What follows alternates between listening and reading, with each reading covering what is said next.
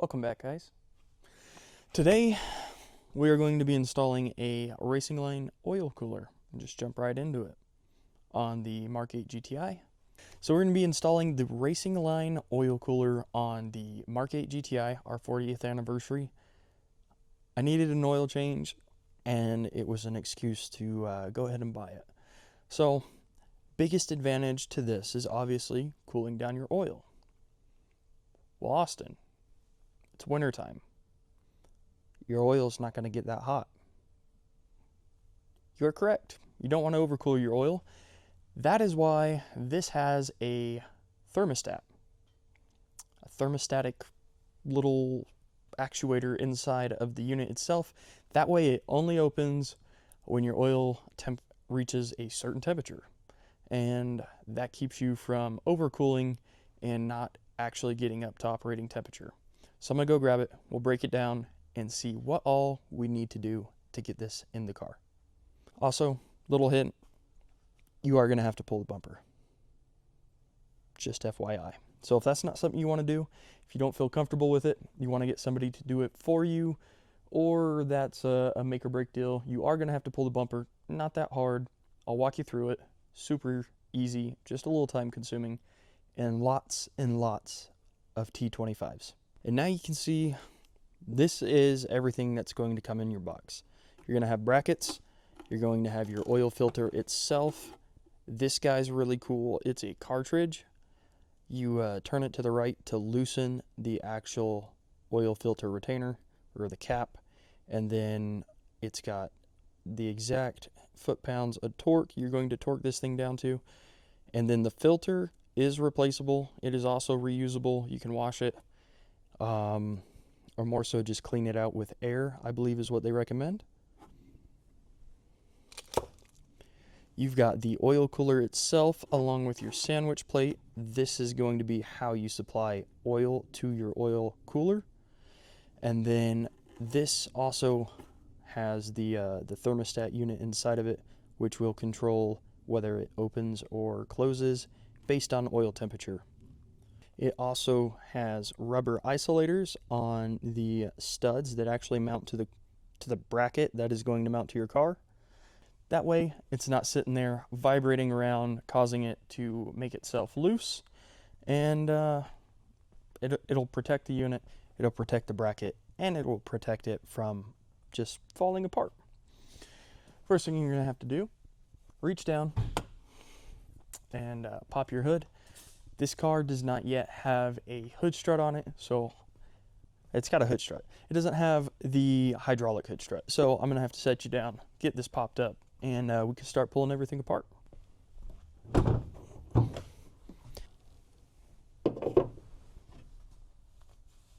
First thing we're going to do is there's two T25s on either side of your air filter. We're going to take those off, as well as two just below it. That will allow us to pull the grill forward. These are those first Torx bits I'm talking about. Just right there. Super easy. And then pulling the grill off is also super easy. If you have a light bar, be very mindful of the actual connectors that are behind it. Same with the Volkswagen emblem. If you have adaptive cruise control, that is where that sensor sits, and there is one plug on the back of that.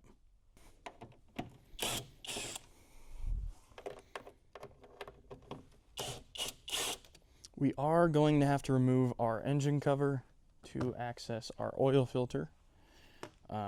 Doesn't matter what step you do this, super easy. Take your hands. This is if you have an engine cover, by the way. Rarest part known to Volkswagen enthusiasts for the MK8.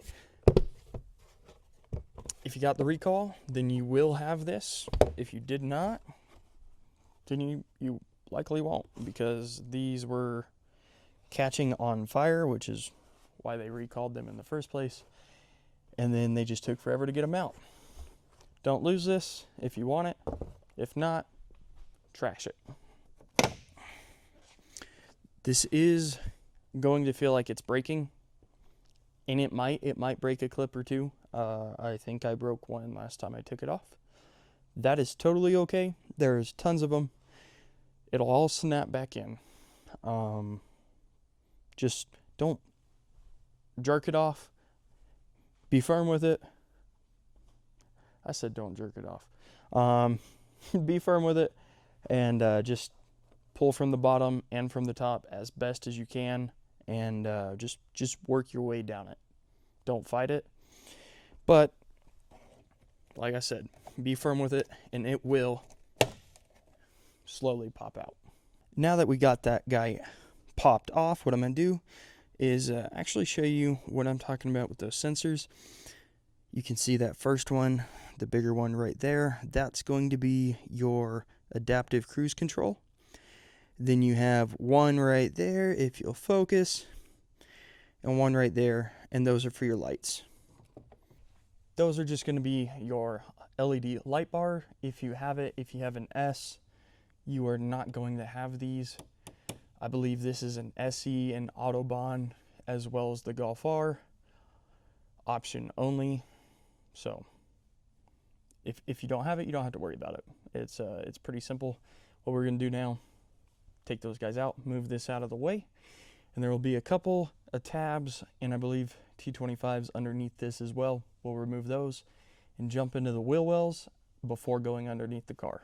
Now that's out of the way, you can actually see those 3 clips pretty good. And you'll have 1, 2, 3, and 4 T25s on the front of the bumper. After that, it does actually clip in. If you look inside there, and kind of goes over a little lip. You will have to pop that out, as well as this side, before pulling this off.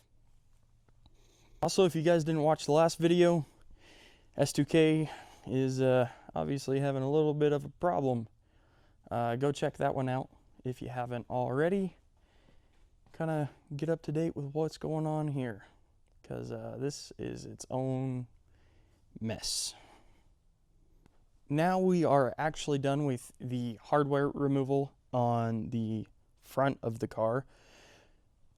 We'll get the car jacked up, put jack stands under it, and work on the fender liners. They actually go into the front sides of the bumper. We'll get those done. You don't have to undo them all the way, just the ones that actually hit the bumper. And then we'll get the car jacked up even more, pull the skid plate off, or splash shield. It's not really a skid plate, it's not going to do anything. Get the splash shield off, get on the creeper, drain the oil, and figure out how we're going to route this, because honestly, I have no idea. I've never done this before. Never done an oil cooler before, but it doesn't really have instructions in the box. So get all this out of the way, and we'll see exactly how this is going to mount up and go from there.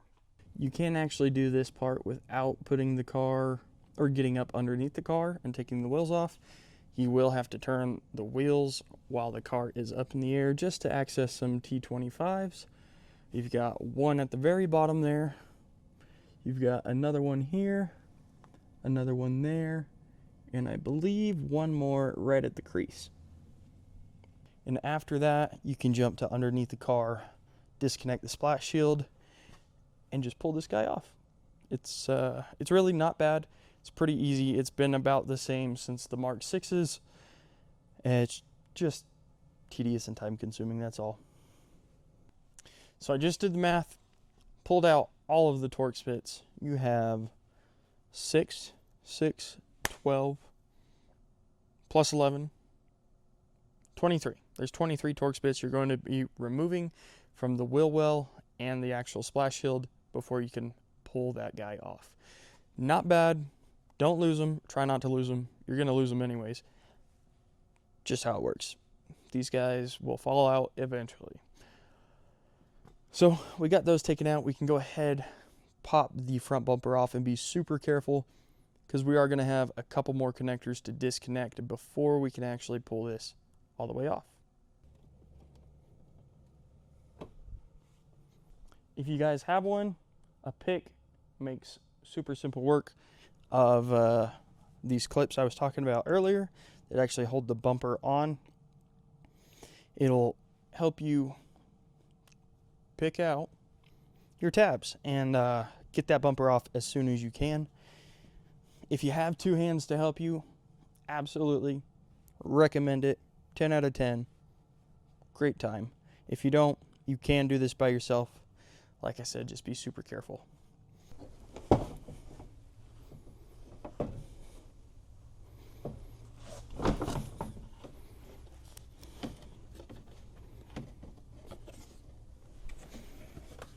What's up, monkey? Say hi.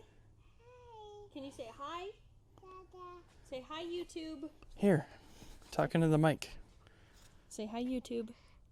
Hi, Tube. Hi, Tube. Hi, Tube. Hi, Tube.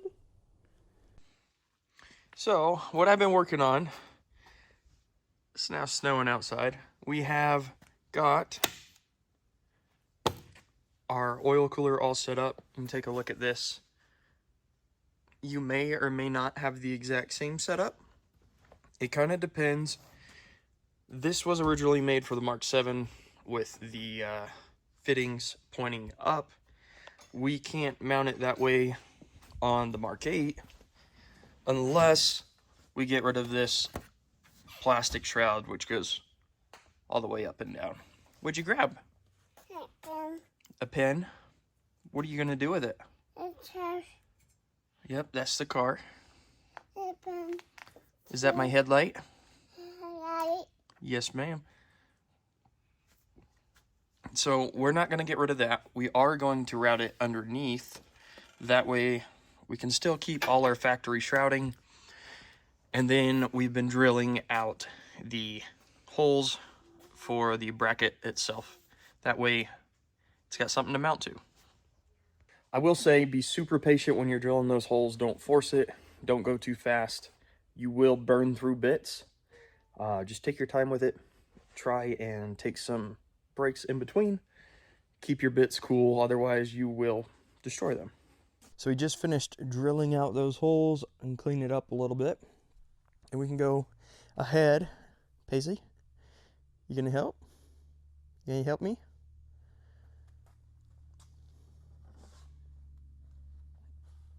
Yep, that's where that goes. What is that? Yeah, what is it? Car? So I'm gonna go ahead and mount the bracket up now. We can get that side taken care of, then we can jump up to the oil filter and get all that stuff assembled and ready to go. After that, we can drain the oil, fill it back up, check our oil level and check for leaks while we're doing that, and make sure all our fittings are tight. Everything's good to go. Bless you. And as long as that all checks out, reassemble everything, and we're good to go.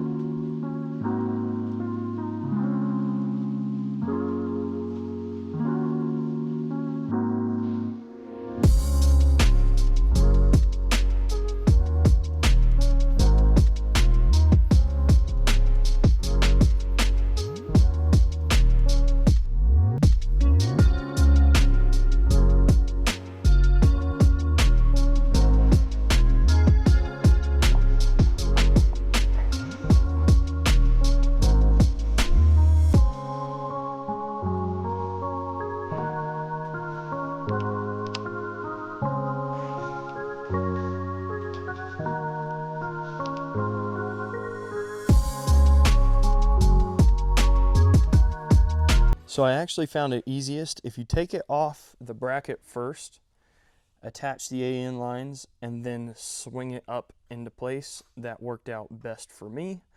You might find something different, but as far as getting the AN lines connected and not stripping them and putting them on at an angle, taking it off the bracket worked way better. All the lines are in place. I think another thing you could do to make this easier is probably before you actually bolt the brackets up, put the lines on, and that would definitely help out a lot. But now that's all set. It's routed up through the core support and comes out right there. We're gonna go ahead, take the oil filter, get this guy in place. Make sure your seals are on the bottom, not on the top, and we'll get everything set up.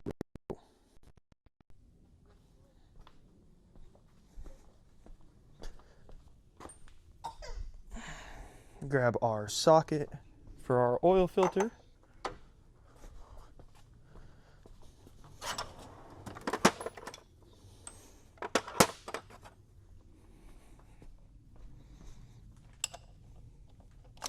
I will say the mic has been super nice because I don't have to worry about walking away from the exact point we are filming and not quite being able to hear me. This should be pretty close to empty, being as it's been sitting pretty much all night. One thing this is going to alleviate that isn't an issue yet, but very well could become one, is the fact that these plastic oil filter housings do crack over time.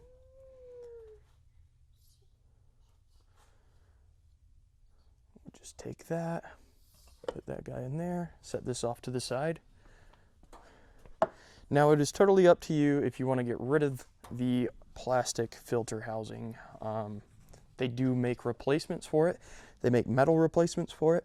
So not a super big deal if you decide to get rid of it. Now what we're going to do is we take this guy, as you can see, nice flat surface on top. It's got an O-ring right here. What we're going to do, dip our finger in here, just add a little bit of oil to that just to keep the seal nice and fresh, and it'll make sealing it up initially a lot easier and make this process easier on the seal itself.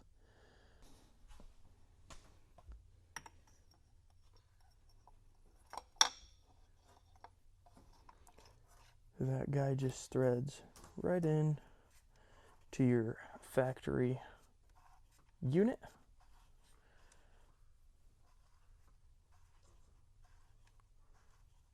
We don't have to go absurdly tight with that, but we do want it nice and snug. We don't want to leak.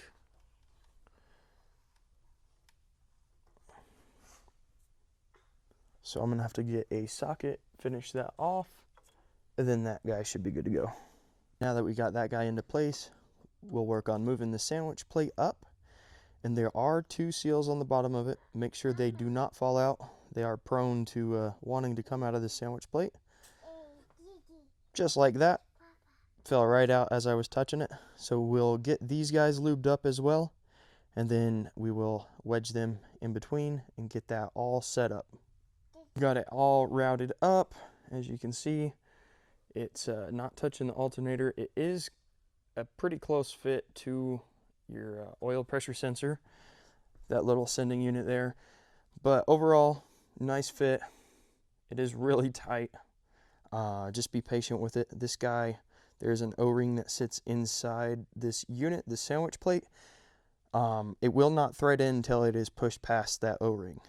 All this is routed, it will not touch the alternator or drive pulley for it, and comes right back through there, right by the AC lines, and back up front. At this point, we can now take our nice, pretty oil filter, put a little bit of oil on that O-ring, just like we did everything else, slip this guy on, and we should be good to go for our first start to test and make sure that nothing's going to leak. Make sure everything's tight. I will do the oil change after I do that, because if we do leak, I don't want to leak out my fresh oil. So get this guy on there and we'll get started. Everything's all set. Filter's on there. That looks so much nicer than the factory plastic unit.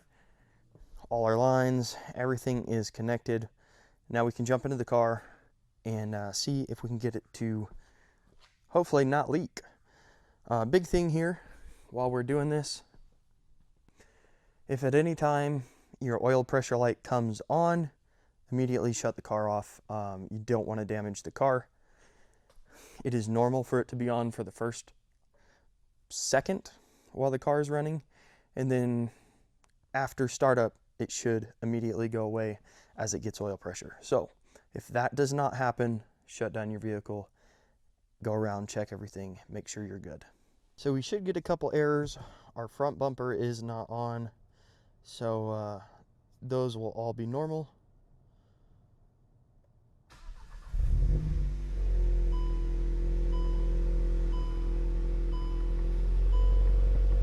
As long as we don't get an oil pressure light,